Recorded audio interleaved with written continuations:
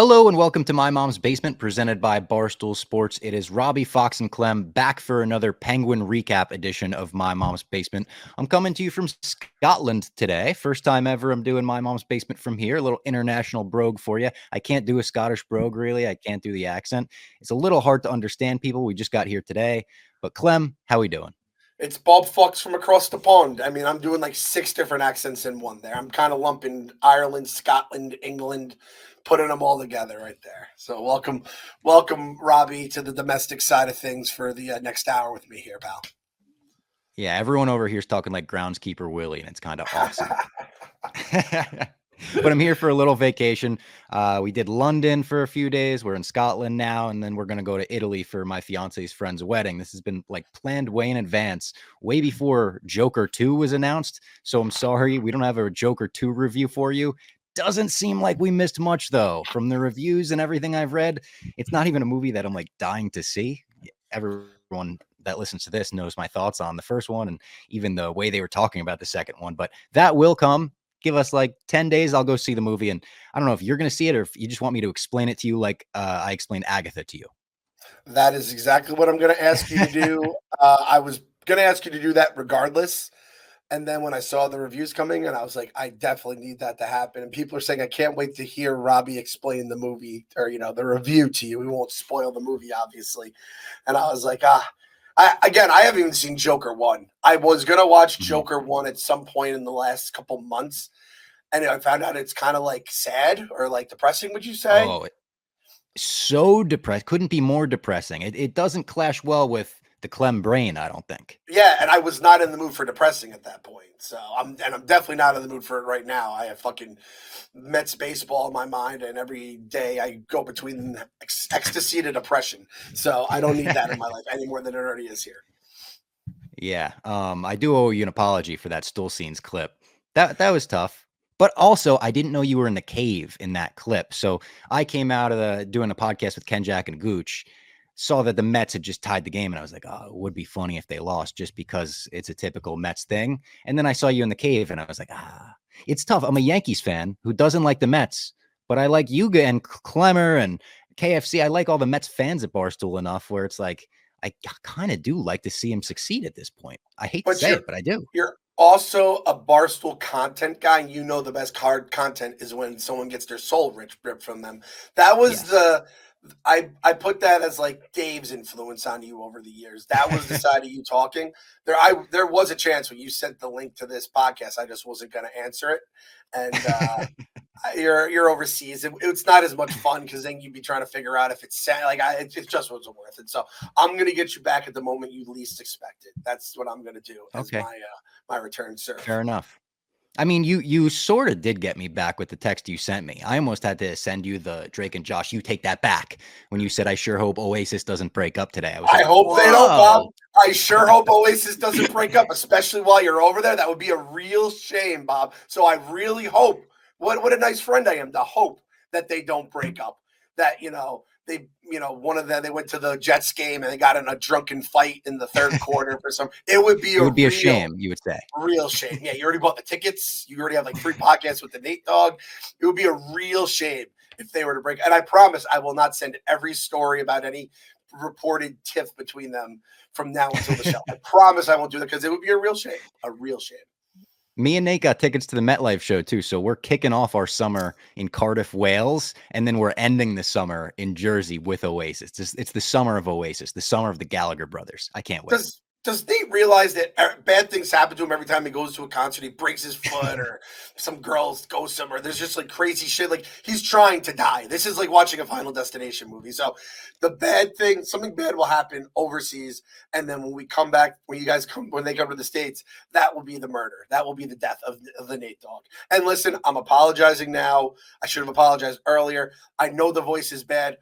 I streamed, I think 4 times in a week last week, and it was absolute chaos. Anyone who's doesn't follow baseball, the Mets hit like a go-ahead home run in the 8th inning in Philly, or might have been the 9th inning, and I had no energy to like celebrate. I just hugged Jenks' head because it's been such a nuts week, and I'm getting sicker every single time I do this.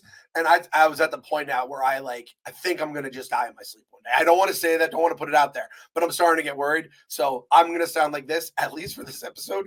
And if these fuckers just keep winning, I'm sound like Mark Simpson out here. You got Okay, nothing to I'll save the apologize rest for the for. I Penguin. think I'll save the rest for the Penguin. if you're a Barstool fan, I think you get it. I think you understand the intensity of the Mets streams that are going on right now. The snip snap of the last game. It was just they took the lead, they lost the lead, they took the lead, they lost the lead. It was crazy. But before we get into the Penguin, oh, that was the other thing. Yeah, the like, oh, it looks like a guy from the Star Wars bar. They said about all the Mets fans at Barstool. That was a decent line, but then when I heard him going at you a little bit, I had to tweet the Inglourious Bastards gif where I was like, if I need to crack some skulls, I'll crack some skulls. They said I was the third boob person from Total Recall. I'm like, idiots. That's different than Star Wars. It's not even the same cinematic universe. What kind of idiots don't know that? Losers. Just fucking losers. Before we even get into the Penguin and the little Agatha all along recap at the end, we didn't talk about the Thunderbolts trailer, and I did get a couple tweets about that. What did you think of the trailer? We talked about our thoughts kind of in general about the concept and what it seemed like, how it seemed like kind of a Marvel Suicide Squad type deal. Now that we've seen the trailer, how do we feel? I thought it was pretty good. I feel actually excited for the movie. I think my biggest thought about it going in when we had last talked about it was I am not excited for this movie. I am going to see it and I'm going to be like, this is one of the projects that was greenlit before they said no more bullshit getting, sent to the screens. And it kind of flipped it on its head. That being said, this is exactly what trailers are made for, is to make everything look awesome. Yeah.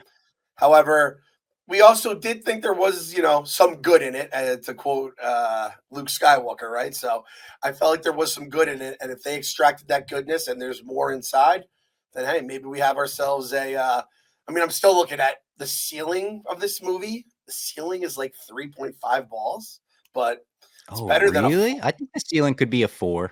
A 4? I think it could be, yeah. The trailer, the cinematography, the way they were using the pixies, the slowed down, where is my mind? It was so cool. And just even seeing like stuff like Bucky taking his arm out of the dishwasher, I was like, I'm so fucking in on this. People also think Bucky might be brainwashed in this movie because the couple shots we see, he's using the metal arm. And when he's Bucky, he's usually not using the metal. He's like he's using his normal arm at lefty or righty. It depends on whether or not he's brainwashed. So that would be very interesting. We got John Walker back, who Wyatt Russell is fucking incredible. I'd like to see him get a lot of shine in this movie. David Hopper from Stranger Things back as Yelena's dad. Obviously, Florence Pugh, Yelena seems to be like the main character. Also, Julia Louis-Dreyfus. We love her. Evil Nick Fury at this point. Yeah. I'm down for Thunderbolts. I think right now I have a 4-ball ceiling on it. You know what? I'll give you 4-ball ceiling because was it John Walker? Is that his name? Yeah. Like I'm like, oh yeah, like if they do that character right, they can make this movie really interesting. And then some of the action scenes and who's Sentry is I think one of the characters, and people are Sentry Ghost from Ant-Man and the Wasp. Yep, Ghost. Some villains that were like, why didn't they use these people better? Right. So it's like maybe they'll use them better. Taskmaster from Black Widow, and they finally gave her a better mask. Kind of looks more like, it's not exactly like the comic mask. I would have rather it been more of a skull, but I think it is an improvement over the Black Widow mask. So I'm excited for it. The shot of, I think it's Yelena throws a knife at Ghost and she unphases and phases in to catch it when it goes through her body. Like, very cool. They did a couple really creative action sequences in the trailer where I hope they're not giving away everything. I hope they're not, showing us the whole bag of tricks right now, but I'm excited. And also the asterisk at the end, people think they're going to be called the new Avengers by the end of the movie, because everyone in the MCU right now is kind of like, hey, where's the Avengers? Where have they been since Endgame? It's just, you get a hero there, you get a hero there. You don't get a team. So that would be kind of cool as well. If it's, we go into Doomsday and it's the new Avengers meet the Fantastic Four, mix in some X-Men.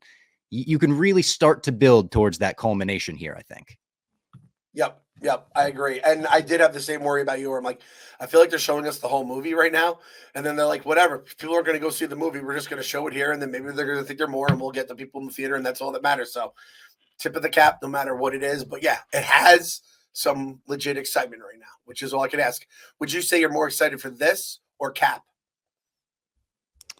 Ooh, good question. I think Cap, but I think the whole factor of that is Harrison Ford for me. Like, I think me seeing Okay. Harrison Ford as the Red Hulk has sent it over the edge where I'm like, I got to see this shit. Yeah, because that's the thing. Like, it's not your Cap at this point, right? So you're not going for Yeah. him. But Harrison Ford, Red Hulk could be cool. But based on trailers, this might have pulled Thunderbolts a little bit ahead for me. And again, I'm not really all that excited about Cap until maybe they just pump out their own trailer that fucking has everyone geeking out. So I guess we'll see. Now let's get into the Penguin. Episode 3 continues being Gotham City Sopranos, as we've called it the past 2 weeks. We get more vibes of that. What were your general thoughts on episode 3 this weekend? I'm still cranking along, man. It's still a standalone show that works. Obviously, if you see the Batman, everything makes a lot more sense, especially the first scene. But I am very excited. At like 11 o'clock every morning, not every morning, on Sunday morning, I always go like, "Oh yeah, there's a Penguin tonight," and I get excited about it. So that is definitely going to be the case next Sunday because this Sunday was more of the same, and uh, they're doing the damn thing, man. It just hits different when it's an HBO show, that 9 o'clock Sunday night show you have in your back pocket. And I was getting home after the Mets stream basically like right at 9, and I was like, oh, hell yeah, I'm going right into Penguin when I get home. So I was stoked. How about you? Oh, I loved it as well. I think it's still keeping that Sunday night HBO quality. Like you said, when you put a Sunday night HBO show out there, we expect big things, and they're 3 for 3 so far. This was another one where I've been really praising Sophia Falcone, Kristen Miliani, whatever her last name is. I've been praising her performance, and she is amazing in this. This episode, I feel like Colin Farrell really shined. He got to show some emotion that he hasn't really showed before. We got some teases of Sophia's backstory maybe not being what we think it is. A lot of stuff with Vic where Vic is getting better as the series goes on. I think he's gotten a lot better from even episode 1 acting wise. And he's just put in these situations where, again, I don't mean to sound like a broken record, but it feels like Sopranos or Breaking Bad, where every week the characters have to dig themselves out of a hole. I mean, this episode, not to spoil, the ending, it was kind of a Breaking Bad ending. They kind of Yeah. redid the run, One of the great like endings that of was the show. yes. So I absolutely loved it. And like you mentioned, them opening the episode with a flashback of election day when you see the like election Bella Real posters on the floor. I was like, Real oh shit. change, which is a six We six know what happens campaign there. slogan. That's a sick Yeah, campaign slogan. it is. Credit. And we Yeah. know what happens on election day when he brings Gabriella up to the roof. It's like, ooh, shit. I think we're about to see the bombs go off. And they show, I was wondering, are they going to show us the bombs go off? Or is it going to be like, we're just supposed to know that happens and we'll hear it?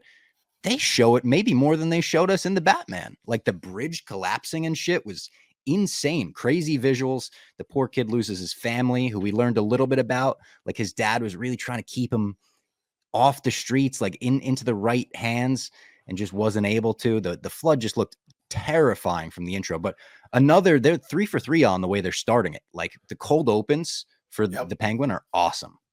Yeah. So with Oz, we're starting to realize how Oz is a guy who just claws his way to the top. We're also realizing he has no fucking loyalty, and it's going to make us hate him, I think, when it's all said and done. Because you can tell with Sophia, he has the past with her.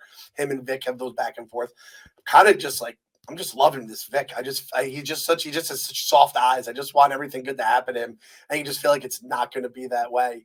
And Sophia, she is so fucking cold. But then our boy fucking Oz, after they kind of like make up, he just ditches her after fucking we get our little Breaking Bad moment. It is nuts. But yeah, so that opening scene there, I was like putting in my notes. So I have to admit, I got a little confused because I was kind of like, I was just shot from the day.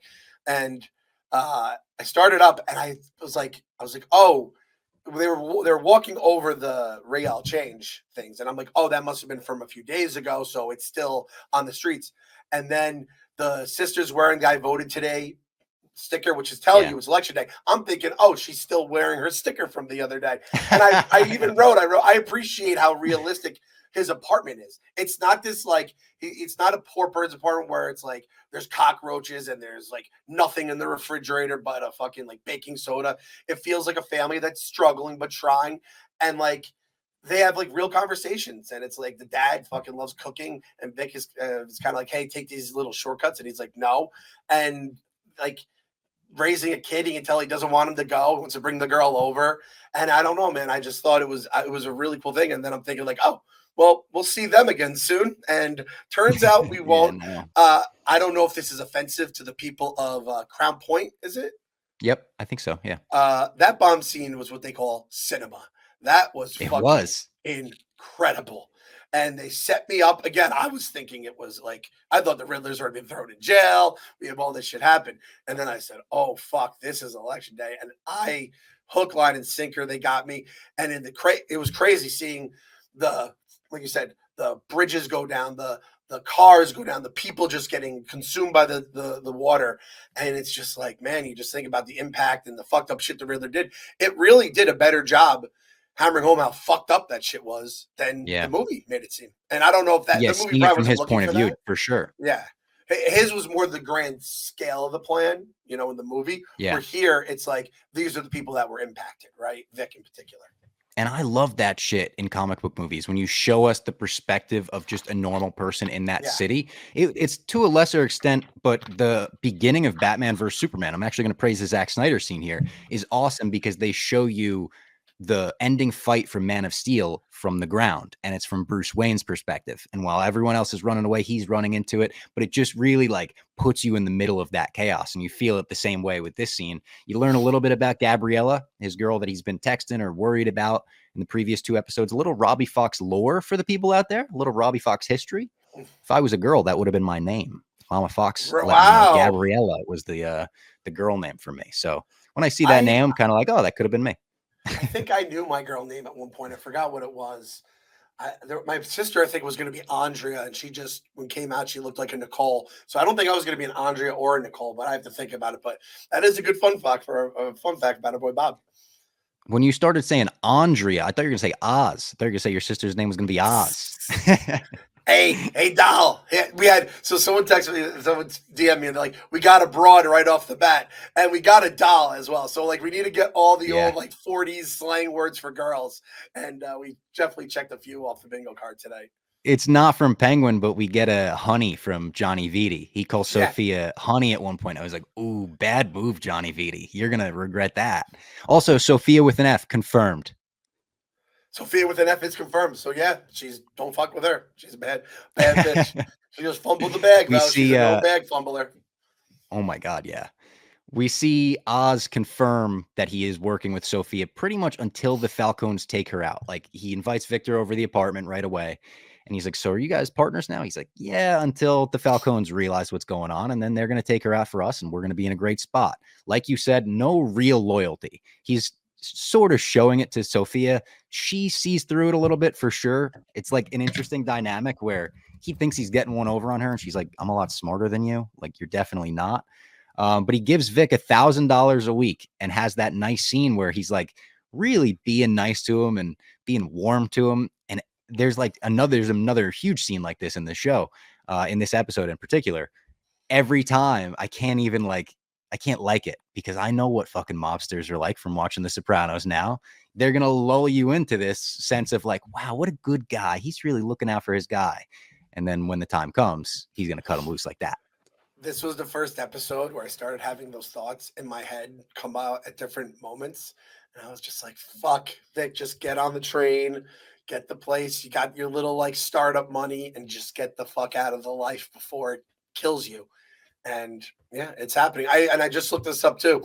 I looked up, are penguins loyal? Thinking maybe penguins are known as like not loyal creatures, and it's almost a derogatory name. Apparently, they are some of the most loyal creatures on the planet. So that's tough. I knew that actually from March of the Penguins. It was like a movie. Oh yeah. It was like an educational kind of thing. Yeah. I remember that from when I was a kid. Great scene though, where Sophia's let in by Vic while Oz is taking a phone call with Maroni in the other room, and Vic is just awkward as ever. All 3 episodes, he's had a scene where it's just like, oh, this poor motherfucker. He's not built for this Gotham City mobster life. Sophia's giving him shit about not being able to work the lighter right. He's stuttering, and he can't explain that he has a stutter, and it's not just nervousness. That's like such a common theme with him throughout this episode with the cop later on. It's the same exact thing. And Sophia doesn't want him coming. So she's like, oh yeah, like, we don't need you, Vic. It's just me and Oz. Then he motherfucker calls Gabriella, invites her over Oz's apartment. insane comfortability from just the $1,000 a week that made him feel comfortable like that. I don't know, but that made me nervous. That was a wild move. I mean, you'd think the Penguin would have a ring or something too at his place, so it's like he knows it's Yeah, some random girl, and in his mind, he's that's just a gonna great think point. it's a hoochie mama. We'll go with a Yeah. more updated term that's a little crazy, not knowing that it's like a legit girlfriend. It seems so. Wild move by our boy Vic, but like kind of shows a little bit of balls off too, right? Like, Yeah, it you know, does. And I I give like credit. I give Penguin when he credit. left. He was like, "If you do something stupid, I'll sense it." And he slams the door. That's what you say to your And kids like then the first couple times you leave them home alone. It's make like, him nervous, right? yeah, yeah. It's like Santa's always watching. I know. It's like if you So go on that black box and you turn on the porn channels, I'll know. I'll know. I remember when I was like babysitting people and they'd say, like, we can look to see what channels have been on. I was like, I wasn't gonna look at anything. I swear, why the fuck would I want to do that? Watching your kids. But it was like, I'll always remember, I'm like, why the fuck would you say it to a kid? I'm not gonna like if anything, if wrestling's on, I'll turn on a wrestling pay-per-view. It was nuts. So yeah, a good way to scare the kids straight. Well done, Oz. And then we get Sophia given some jewels in exchange for a drug from Arkham, and we don't really know what it is at first. She brings Oz back, and it's mushrooms. It's these weird looking mushrooms with they said like bleeding mushrooms or something. They have red drops on the top of them. I initially thought they were just like putting drops on top of mushroom caps, and that was the drug. But it's a whole new thing. It's called Bliss, or that's at least the name that Oz comes up with for it. And they were giving it to Arkham inmates to calm them down and keep them sedated, basically. But they're like, it's the best drug, and they got to find a distributor for it. Where this is their new kind of venture. This is the story of the episode. Who can we find to distribute it? Sophia's like, hey Oz, you know everyone in Gotham, right? Why don't you find me a name? And it's interesting because he finds her a name of the triads, and we heard a little bit about the triads in the past, but now it feels like they're really like expanding this Gotham world in a way that we really only see in like video games and comics, where you get the different factions and you start to learn their dynamic and their history with each other. I really liked all that shit. Like I'm a nerd for Gotham City mob stories. Even like in Spider-Man, in the Spider-Man PS4 game, you're dealing with like Kingpin's mob and Mr. Negative's mob, and it's like multiple bad guy factions at war with each other. I think that shit's great.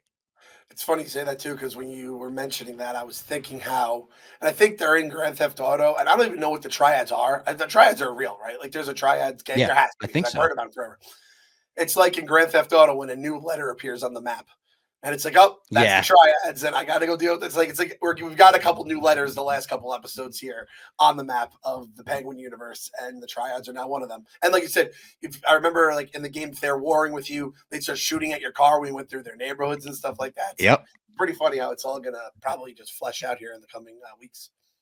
The triads are real. A triad is a Chinese transnational organized crime syndicate based in Greater China Ooh, with outposts all over the world. Interesting. And their logo, I'm looking at their logo right now. It's basically the Mortal Kombat logo. If Google is, whoa, it's that's pretty sick, to awesome. be honest. I don't mean to like be praising bad people if they are bad people, but if you just look up Triads Gang, the first thing that came up was, yeah, like kind of a Mortal Kombat dragon.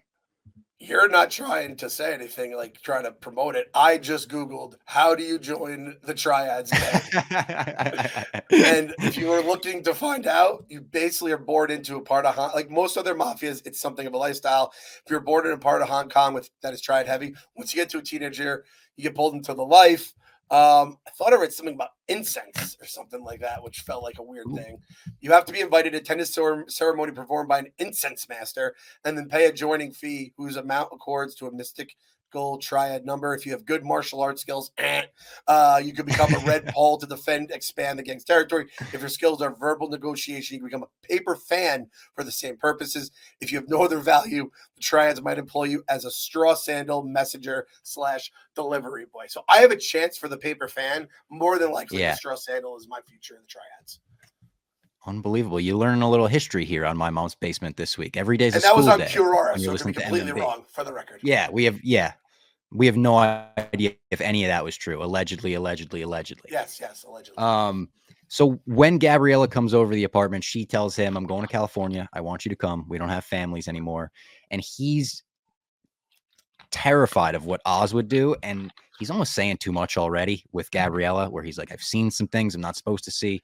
It's like, maybe don't like bring her into this. Don't make her know things that she's not supposed to know. So then you're putting her in danger, I thought.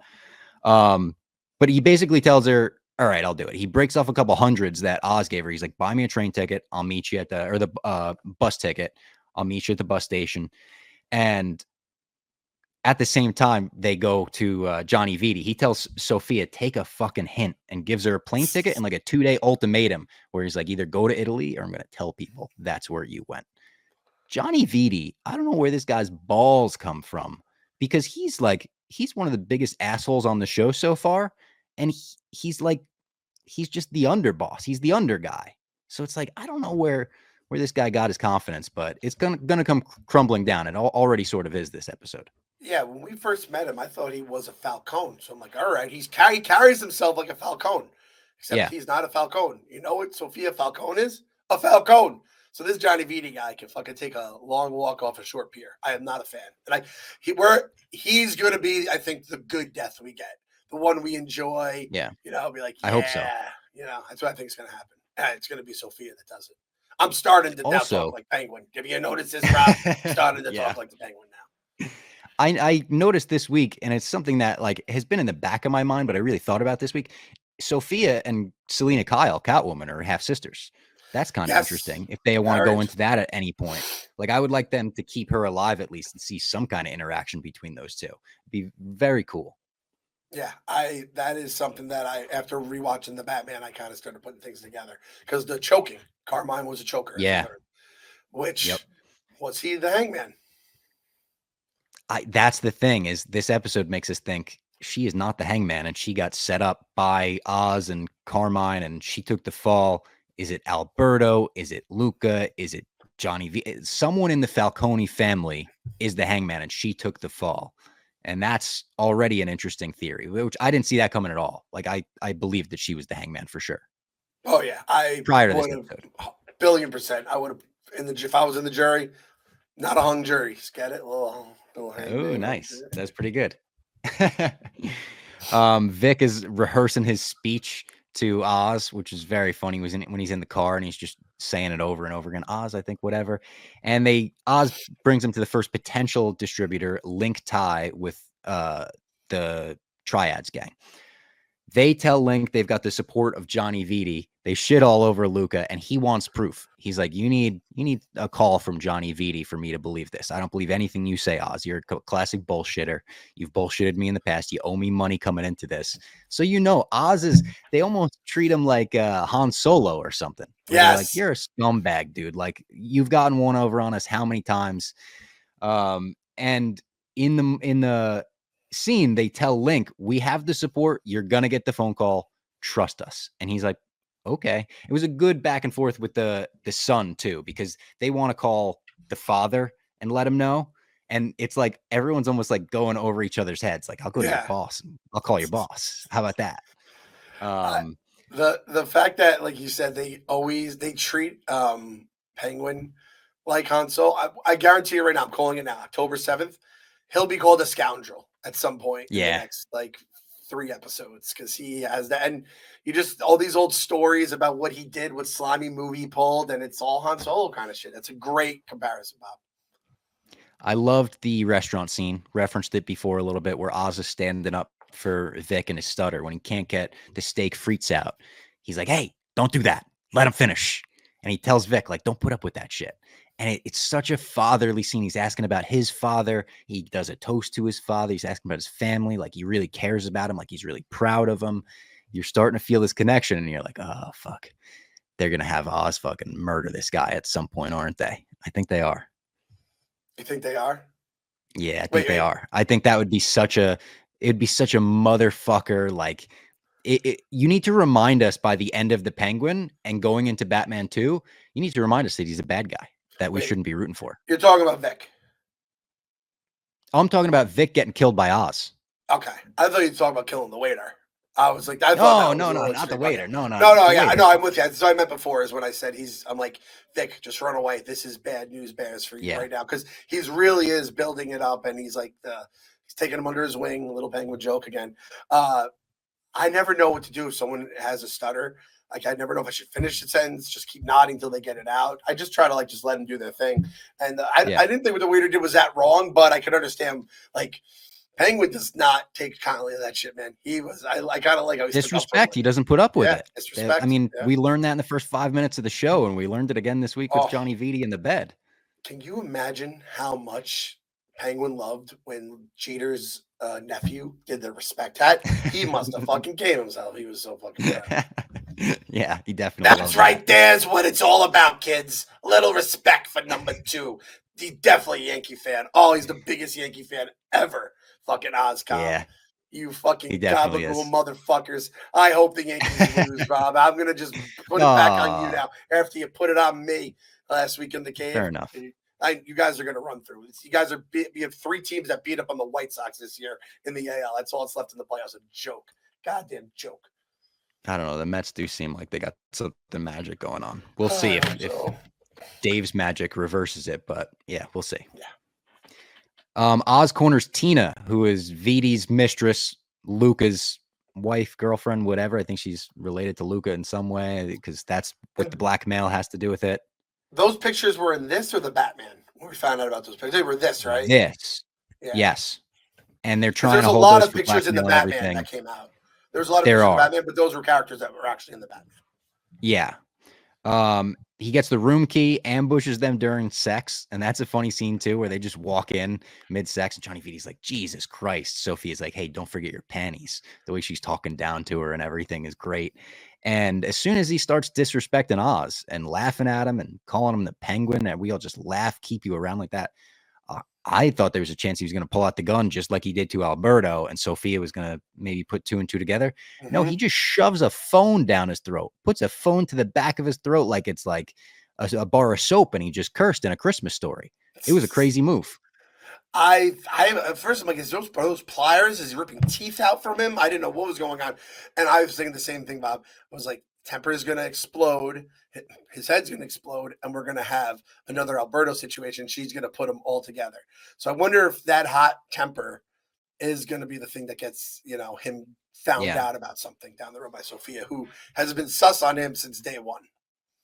After that, we do get the phone call. Like Johnny Vitti does make the call, and they make the deal, and they start unloading the drops at the nightclub where Vic is the bag man. They've got a bunch of girls distributing drops, bringing him back money.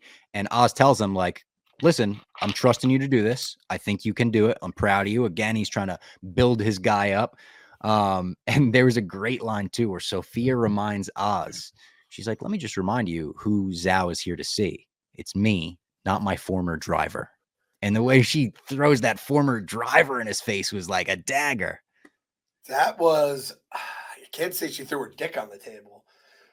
She threw her ovaries on the table. She put the ovaries and it was like boom, or the tits, or whatever you want to put as, good Lord, that was such a fucking line. That was such a... And that's also where she implies that Oz maybe did something to put her in jail for the first time. And he's like, no, I didn't. That was so long ago. I don't even remember. Like he was... You got it all wrong, Judge. Yeah. He was snaking his way out of it. Like he snakes his way out of everything. Gabriella is trying to get in touch with Vic the whole night, but he's the bag man. He eventually gets like PTSD to the night of the explosions. The way they shot that, very well done in the nightclub. You could kind of imagine like loud noises fucking someone up that went through that, something like that. And he drops vials everywhere, eventually picks them all up, and it's okay. Once the triads are in, Oz goes into the bathroom to tell Vic, I'm proud of you. You did it. We did it. We're in, the partnership is on. And the phone buzzes on the sink. And as soon as it does, Oz is like, let me see it. Gives him the phone. He's like, what, are you trying to go somewhere? You're trying to walk out on me? And he gets really emotional as we've really seen him in the show so far or in the movie. And he's got tears in his eyes. It seems like he actually feels so betrayed. Like he really was trying to, like you said, take Vic under his wing. And he felt like he got disrespected, like mobsters do when they feel like they get disrespected. So he tells him like, you don't even deserve this. Get out of here. He pulls a fucking gun on him. He brings up his father. He's like, what kind of man dies with nothing left behind? They don't give out awards for dying in the projects. Like he was going scorched earth on Vic. And Vic played it well too. He was just like, he wasn't like hysterical crying, but he was welling up and he was getting real emotional storms out of the bathroom. Great scene. Another one where I'm like, Colin Farrell, he's definitely getting nominated for an Emmy. I don't know if he's going to win yet, but he's definitely getting nominated. He just unloaded. He had been saving those up, and he let them all go at the same time. I was like, Penguin, save some for if he pisses you off again. I guess if he leaves, he can't do that. So he just emptied the barrel. That was fucking. I was like, stop, come on, he's just a kid. Stop. Oh, his dad's dead. Why? Come on. I did not enjoy that scene. It was well done. I did not enjoy that scene. That hurt. And it's like at the restaurant, was he genuinely asking about his parents because he cared? Or was he trying to get a little dirt on his guy to bring up if he needed it? I would not be surprised. I mean, Penguin's the top of the sus list when all things are where we are. They're trying to make us fall in love with a Batman villain, which is not a good thing to do because they are very, very bad people. Well, is that a knife you're waving around? What is that? It's for my Butter wife's thing spreader? called a cricket. You know what a cricket is? Oh, I know what a cricket is. My sister has a Yeah. cricket. You make T-shirts and stuff. So this is the little thing they have to like peel the vinyl off or whatever. So I this you're is just my waving tool. a dagger around like a mob, Yeah, like a mob exactly. boss. This is my tool that I'm going to use so I don't bang on the desk. I need to have a Oh, little bit of some nice. sort of I don't know, tick that I guess maybe I might have. Like, I'm not going to chew a toy like Frank the Tank, so I'm going to have this little knife here. And if Robbie keeps talking shit about my Mets, I'm going to stab him through the computer with it. Fair enough. Listen, I'll lay off. Hey, Robbie, I love you, kid, but, this business isn't for everyone. And, you only make it to the top if you don't care. You're going to fucking, you don't get awards for just being a blogger at Boston Sports, all right, kid? It's pretty good. The sick voice might make it better. And I like being over the top. I have to say Hoyts more. I have to add the stupid accent. I have to do that a little bit. The line that he says to Victor in the bathroom about there's no good guys, there's no bad guys, it's just survivors. You just got to survive and move on. That feels like it's the story of Oz's life, the story of the show, everything about the Penguin. Like you mentioned, he's not really loyal. He's just trying to get to the top, whatever that takes. And then Vic steals his car. How about Vic stealing his car? I said, oh, thank God it's not bright purple with gold rims. It's very easily identifiable, right? Yeah. What a fucking move. I was like, the kid has it in him. I got to give him credit. He stole my car. I have to give him, and again, and I forgot to mention the cop scene too. The cop scene where he pays off the cop for the drugs is pretty fucking smooth by Vic. I like that. Smooth ass line. I'm like, Vic, we're not talking ourselves out of this one, mainly because you can't talk. And he somehow talked himself out of it because the Gotham police are so fucking corrupt. And kind of nice to see that even though the Batman was focused on like corrupt police and getting rid of them and finding the rat in the police force and stuff, it's not like Batman solved everything in that movie and everything's good now. It's very much like Gotham is still as seedy and shady as it's always been. Great scene though. And even when he's telling Oz about it and Oz is laughing, he's like, he took the whole grand. Get out of here. Get out of here. And Vic is like, yeah, not knowing he gave half to his girl first. Yeah. Oz finally kind of apologizes to Sophia. Like he does, but she's like, you consider that an apology? Kind of goes off on him, mentions she's not the hangman. And he is again getting emotional. And he's like, I had to do what I had to do. And you know what? It was worth it. I got the club. I got the drops. I got the position I got. He's like, a guy like me doesn't get that position. So I am sorry, but I wouldn't change a thing. I don't regret what I did. And it's a good scene. And right as it's getting to that like emotional peak, Maroni's wife pulls up and she's like, you motherfucker, you didn't think we were following you. You were double timing us. Then this is where you get the Breaking Bad thing. Literally like guns drawn, Vic pulling up, Vic sees it. And I was like, oh shit, he's about to do the Walter White, isn't he? And he kind of does. He rams into the first guy. I was afraid he got shot by the first guy because the first guy gets off a bullet. And then, yeah, like you said, Oz gets in the car. He says, what about Sophia? He says, don't worry about her. Go. And that's pretty much the ending of the episode. They leave Sophia. We don't know what's going to happen with her. I do believe next week is the Sophia solo episode that we've been hearing rave reviews about. I'm not positive. It could be episode 5. I think it's next week, though. I think it's episode 4. So we got that to look forward to. If that's how we leave her, we get her whole backstory, whatever they're going to do, and then we're catching up with her. And Oz is going to talk his way out. Oh, honey, I thought you were dead, or I thought you got away. And he'll do the Oz shit. So that was a crazy scene. Takes your breath away. As someone that, I currently do it in Fortnite. Love doing it in Grand Theft Auto. Just something nice about being able to ram people with a car. Now that's in video games. I do not, and this is a TV show. I don't support doing that in real life, but it's like you almost feel invincible. And like I also appreciated how Vic wasn't invincible. He gets hit by the airbag. He's all fucked up, woozy. He's bleeding. So definitely a great scene that reminded you of the Breaking Bad, which is, I mean, that show is so good. There's so many oh fuck moments, and that's top 10 oh fuck moments. Yeah, definitely, because that's like one of the first Walter White ruthless kills where it's like, oh my god, he just fucking did that.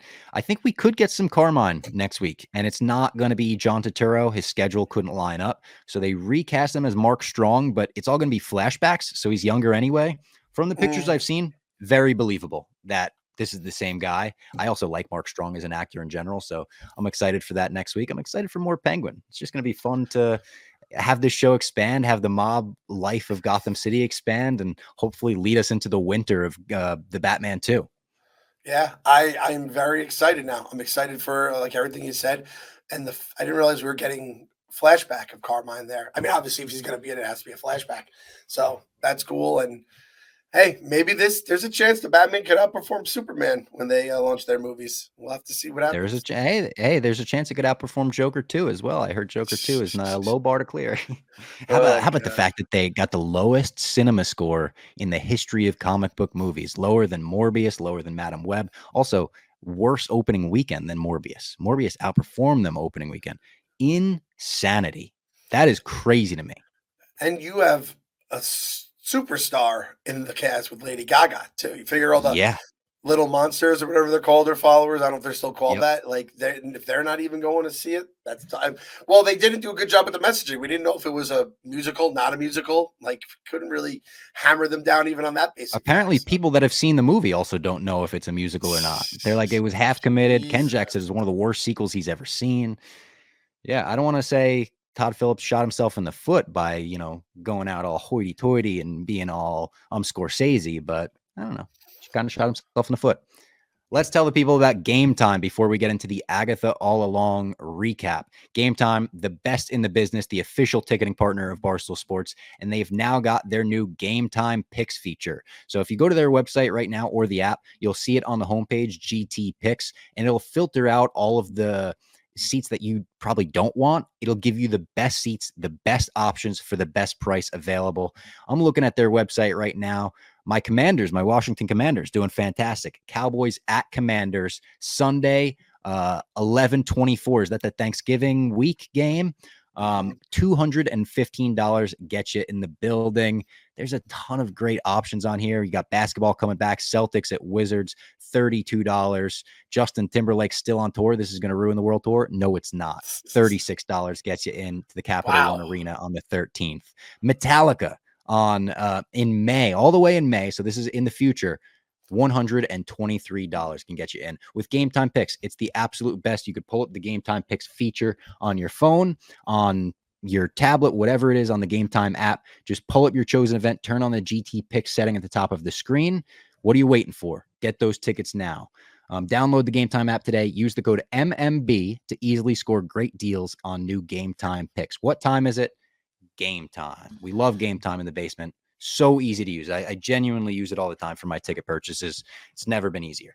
You always hit me up. You're like, just got some fresh tickets on Game Time, and then I get the, the picture from wherever you are. So can I make a request here in the basement for you? Okay. It's a pretty big request, but it's nothing that's going to be hard for you to do. Okay. Kevin Durant, who is a Commanders fan, grew up in the Slim Reaper. Slim Reaper, yes. Great nickname. So good. He has decided, or he calls the Commanders the Manders for short. Oh. Can you dabble with Manders as well? I mean, I like that. Right? I even like the Mandos.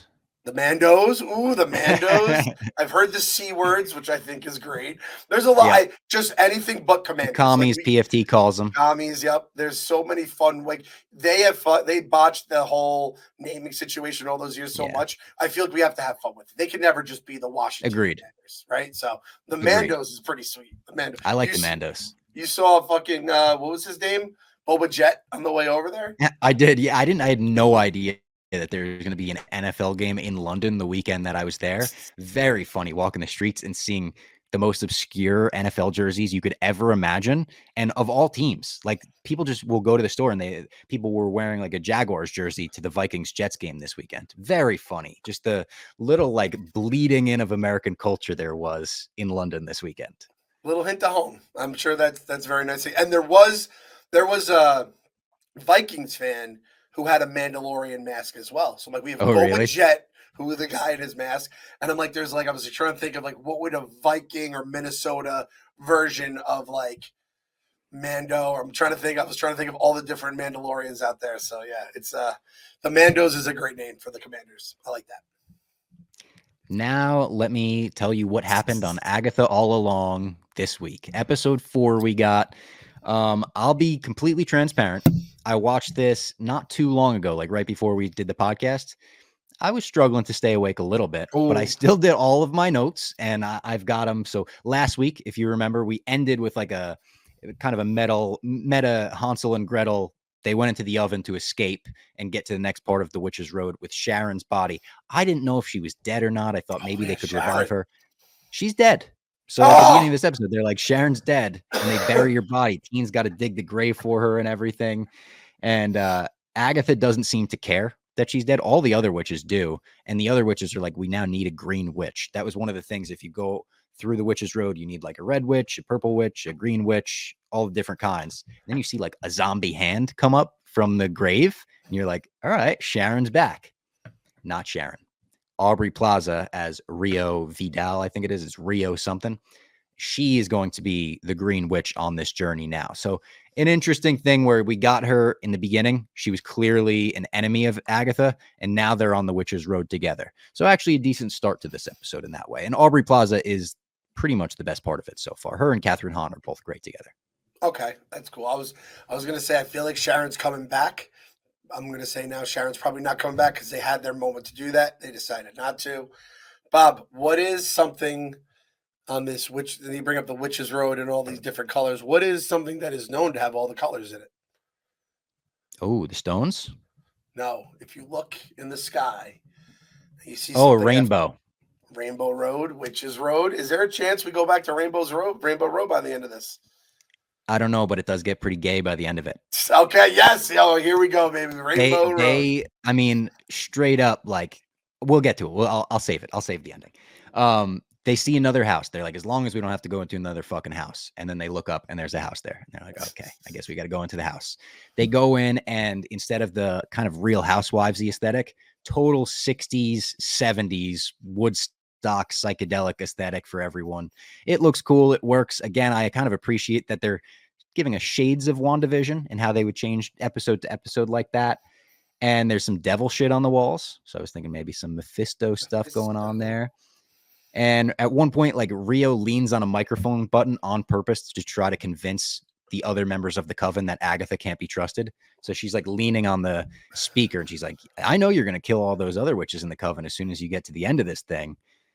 And then they play a record backwards again, like the satanic thing where you would hear satanic voices if you played Led Zeppelin backwards or something. And Patti LuPone just starts spazzing out on the floor. She's like, we've been cursed. And she just starts like having a seizure on the floor. So you're like, all right, where are we going here? They start going through it till the curse is reversed. Everyone that got the curse has like a huge mark on their shoulder, like a blade thing. And we learn it's a generational curse from the Hot Topic Witch's mother. So the Hot Topic Witch, I forget what her actual name is. They hate hearing the song Lorna's Ballad. It's a protection spell, but they're like forced into doing it. They all sit down at this point with instruments. Like Aubrey Plaza gets on the drum kit. One of them throws on a guitar. One of them throws on a bass. And Agatha just sings this, I think, Lorna's Ballad or whatever it is, for a healing spell, a healing potion, some shit like that. It wasn't great. It was, again, like, it felt like you took a little break to turn the show into a Broadway play. It was like very Broadway musical. That feels very bad. I'm very happy I didn't watch that part. I feel like... Yeah, I'll admit, the song is still stuck in my head. It was a catchy, it was a little earworm. Okay. It was like, down, down, down the road, down the Witch's Road. It was kind of rock and roll. Pup Punk could cover it. I could see us doing that. But yeah, this show is, I don't even want, it's not bad. It's just, it's another one that's we're not the target audience. The target audience for this is for sure girls who are into like Hocus Pocus and Halloween Town and stuff like that. It gives off the same vibes as the Disney Channel original movies, I think. I feel like they maybe were like, we hit it with Agatha All Along song. Let's try to get another hit. Yeah. Although like Agatha was like funny too. Like there was nothing funny. They was very earnest. They were just like singing it. Aubrey Plaza was doing a very good job miming the drums. That's always something that like I'm always like watching the people to see if they're actually trying to play the instruments. She was doing a good job. And then this physical curse in the form of a demon appears, like an actual, like just devilish demon appears. And the Hot Topic witch, I have a typo in my notes. I meant to write Hot Topic witch. I wrote Hot Topic bitch. Sings her they literally just belt out notes until the demon like bursts into flames, Tenacious D and the Pick of Destiny style. And the teen is badly cut. The whole episode, they're like, he's asking about the sigil. Did you put the sigil on me? Where he can't tell his backstory or his name, anything. Agatha says no. When he's cut, it looks like he's about to die. This is the most interesting part of the episode. Catherine Hahn, Agatha, looks at Aubrey Plaza and says, don't. And it's very like, don't what? There's a lot of theories that Aubrey Plaza's character, Rio, is actually Death.